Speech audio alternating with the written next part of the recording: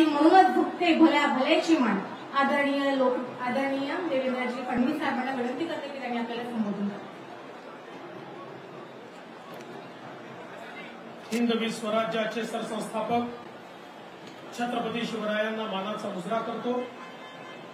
भारतीय राज्यघटनेचे शिल्पकार भारतरत्न डॉक्टर बाबासाहेब आंबेडकर यांना मानवंदना अर्पित करतो. आई महाकालीच्या चरणी नतमस्तक होतो. आणि आज या ठिकाणी मंचावर उपस्थित असलेले आपले महाराष्ट्राचे अध्यक्ष चंद्रशेखर बावनकुळेजी, ज्यांचा फॉर्म भरण्याकरता आपण सगळे या ठिकाणी एकत्रित आलो. आपल्या चंद्रपूरची मुलुक मैदान तोफ आतापर्यंत मुंबईमध्ये धडधडत होती, आता ती दिल्लीमध्ये धडधड करणार आहे, असे आपले सुधीर भाऊ मुनगंटीवार, ज्यांनी 4 वेळा या चंद्रपूर लोकसभा मतदारसंघाचं नेतृत्व केलं आणि दिल्लीमध्ये अनेक घोटाळे बाहेर काढत देशाचे गृहराज्यमंत्री म्हणून अतिशय उत्तम काम केलं. ते आदरणीय हंसराज अहिर, सन्माननीय खासदार रामदास तडसजी, आमदार संजीव रेड्डी बुतकुलवारजी, आमदार संदीप धुर्वेजी, आमदार अशोक उईकेजी, हरीश शर्माजी, संजय धोटेजी, राहुल पावडेजी, अशोकराव जीवतडे, राजीव कक्कड, आमचे आशिष बाबू देशमुख, बंडूजी हजारे, नितीनजी या ठिकाणी उपस्थित, विजयजी राऊत, रमेशजी राजूरकर, संध्याताई गुरमुले, राखीताई कांचलवार, मंचावर उपस्थित सर्व मान्यवर आणि उपस्थित सर्व भगिनी आणि बंधूंनो, आताच सुधीर भाऊने या निवडणुकीचं महत्व काय आहे हे सांगितलंय. ही राज्याची निवडणूक नाहीये, ही देशाची निवडणूक आहे. देशाचा नेता कोण असेल, देशाचं नेतृत्व कोणाच्या हाती द्यायचं, याची ही निवडणूक आहे. ही निवडणूक सुधीर भाऊ किंवा काँग्रेसचा उमेदवार यांच्यातली नाही, तर ही निवडणूक हे ठरवणार आहे की देशामध्ये मोदीजींचं राज्य आणायचं की राहुल गांधीला संधी द्यायची, याचा निर्णय करणारी ही निवडणूक आहे. सुधीर भाऊला दिलेलं प्रत्येक मत हे मोदीजींना दिलेलं मत आहे. काँग्रेसच्या उमेदवाराला दिलेलं मत हे राहुल गांधींना दिलेलं मत आहे. आता मी तुम्हाला सांगण्याची आवश्यकता नाहीये या देशामध्ये राहुल गांधींची अवस्था काय. राहुल गांधी हे एक यात्रा घेऊन निघाले आणि असं गमतीने अनेक वेळा म्हणतात, ज्या ज्या पापडे संतन के तहाता बंटा ढार. जिथे जिथे राहुल गांधी गेले त्या त्या ठिकाणी काँग्रेस तुटली फुटली, लोक सोडून गेले आणि निवडणुकीमध्ये त्यांना पराजयाचा सामना करावा लागला. आणि आज संपूर्ण देशामध्ये पूर्व, पश्चिम, उत्तर, दक्षिण, मध्य, ईशान्य देशाच्या कुठल्याही कानाकोपऱ्यात गेलं एकच नाव ऐकू येतं, नरेंद्र मोदी, नरेंद्र मोदी, नरेंद्र मोदी. आज देशाला मोदीजींच्या नेतृत्वात एक अशा प्रकारचं नेतृत्व लाभलंय की ज्यांनी देशामध्ये पहिल्यांदा गरिबाचा विचार केला, गरीब कल्याणाचा अजेंडा आणला. गरीबाला घर दिलं, शौचालय दिलं, पाणी दिलं, गॅस दिला, वीज दिली, लोन दिलं, गरीबाला उभं केलं. तुम्ही विचार करा, जगाच्या इतिहासात जे झालं नाही ते मोदीजींनी करून दाखवलं. 10 वर्षामध्ये 25 कोटी लोकांना गरिबीच्या बाहेर काढणारा नेता हा नरेंद्र मोदी आहे. जे जगाला समजलं नाही, जे जगाला करता आलं नाही, ते या देशामध्ये मोदीजींनी केलं. मोदीजींचं सरकार मुठभर लोकांकरता काम करणारं सरकार नाही आहे. दीन दलित, गोर गरीब, आदिवासी, शेतकरी, शेतमजूर, ओबीसी, अल्पसंख्याक महिला या प्रत्येक घटकाला हे आपलं सरकार आहे, हा आपला नेता आहे, हे आपल्याकरता काम करतायत, अशा प्रकारची भावना आज या ठिकाणी झाली. आणि म्हणूनच आज आपण पाहतोय महाराष्ट्रातली आपली महायुती भक्कम झाली आहे.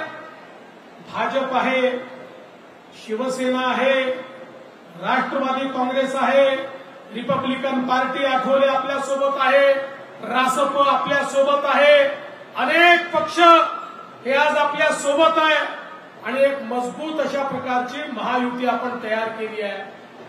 आणि चंद्रपूरमध्ये तर सुधीर भाऊंसारखा एक उमेदवार आपण दिलाय.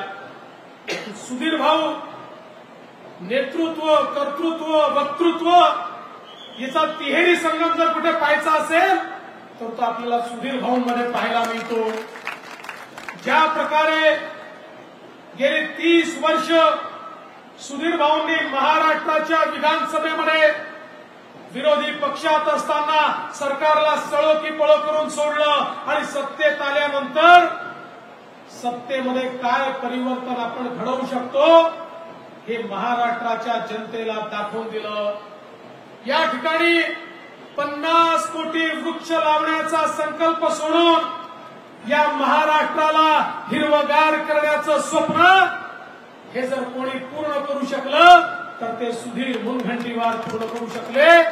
आज संपूर्ण देशामध्ये ज्यावेळेस रिपोर्ट प्रकाशित झाला, एकच राज्य असं होतं की ज्या राज्यातलं जंगल वाढलं होतं आणि ते राज्य म्हणजे आमचं महाराष्ट्र होतं. हे सुधीर भाऊंनी करून दाखवलं.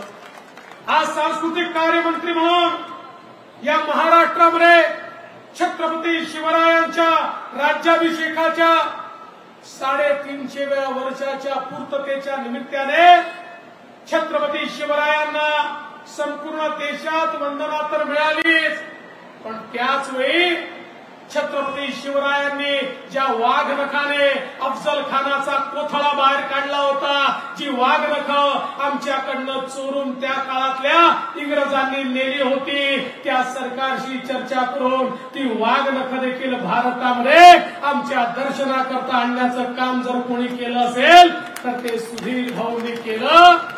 आमच्या अस्मितेची ही जी काही मानकं आहेत त्या मानकांच्या संदर्भात त्यांनी केलेलं काम आपण सगळ्यांनी बघितलं. आणि आज ज्या प्रकारे चंद्रपूर जिल्ह्याचा चेहरा बदललेला आपण पाहतोय, ज्या प्रकारे विकास झालेला आपण पाहतोय, आज या महाराष्ट्रामध्ये मोदीजींच्या सरकारमध्ये आमच्या नितीनजींच्या नेतृत्वामध्ये ज्या प्रकारे विदर्भाचा चेहरा बदललेला आपण दिसतोय. आज मी आपल्याला सवाल विचारू इच्छितो की भारतीय जनता पक्षाच्या व्यतिरिक्त किंवा महायुतीच्या व्यतिरिक्त कोण विकास करू शकतं? आज आपण बघितलं मागच्या वेळी एक ऍक्सिडेंट झाला आणि आपलं हंसराज भैया छोट्या मतांनी त्या ठिकाणी हारले. आता ते आमचे मित्र दिवंगत झाले, मी त्यांच्यावर बोलणार नाही, पण मी सवाल विचारू इच्छितो की त्या काळामध्ये आपल्याला कुठला विकास पाहायला मिळाला? महाविकास आघाडीचं सरकार देखील होतं, त्याही काळामध्ये आपल्याला कुठला विकास पाहायला मिळाला? बंधू भगिनींनो, या ठिकाणी विकास जर करायचा असेल तर त्याला दृष्टी लागते. सर्व समाजाला सोबत घेऊन कोण चालू शकतो? प्रत्येकाची दुःख कोण समजू शकतो? कोण ती दुःख योग्य प्रकारे मांडू शकतो? हा जर विचार आपण केला तर आपल्या मनामध्ये सुधीर भाऊंच्या व्यतिरिक्त दुसरं नावच येऊ शकत नाही, हा मला विश्वास आहे. आणि म्हणून आपल्याला फॉर्म भरायला जायचा आहे आणि मलाही गडचिरोलीला फॉर्म भरायला जायचा आहे. आणि मी तुम्हाला काही फार सांगावं असं नाही, कारण चंद्रपूरच्या जनतेने निर्धार केला आहे आणि यवतमाळच्याही जनतेने निर्धार केलेला आहे. नरेंद्र बरोबर आहे ना? तर यवतमाळच्याही जनतेने निर्धार केलाय. आता यावेळेसची जागा रेकॉर्ड मताने आपल्याला निवडून आणायची आहे. ज्यावेळेस आम्ही ठरवलं की महाराष्ट्रामध्ये महायुतीचा फॉर्म भरायची सुरुवात कुठलं करायची, एक मताने सगळ्यांनी निर्णय केला ही सुरुवात चंद्रपूर पासून सुधीर भाऊ पासून झाली पाहिजे. आणि आज ही सुरुवात चांगली झाली. ज्याची सुरुवात चांगली होते त्याचा अंतही चांगला होतो. एक नंबर सुधीर भाऊ. आता 45 पार आमचं थांबूच शकत नाही. आणि अबकी बार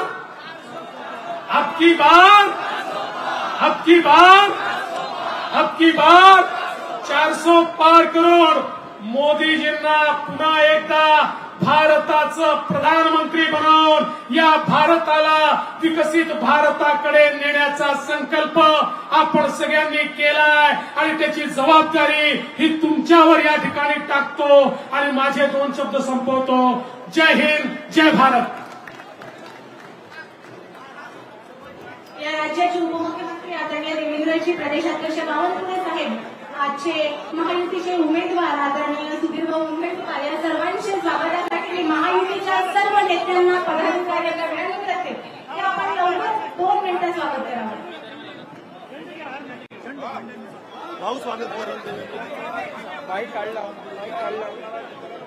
आदरणीय राज्याचे उपमुख्यमंत्री देवेंद्रजी फडणवीस साहेबांचं स्वागत लोकनेते सुधीरभाऊ मुनगंटीवार यांना विनंती करते.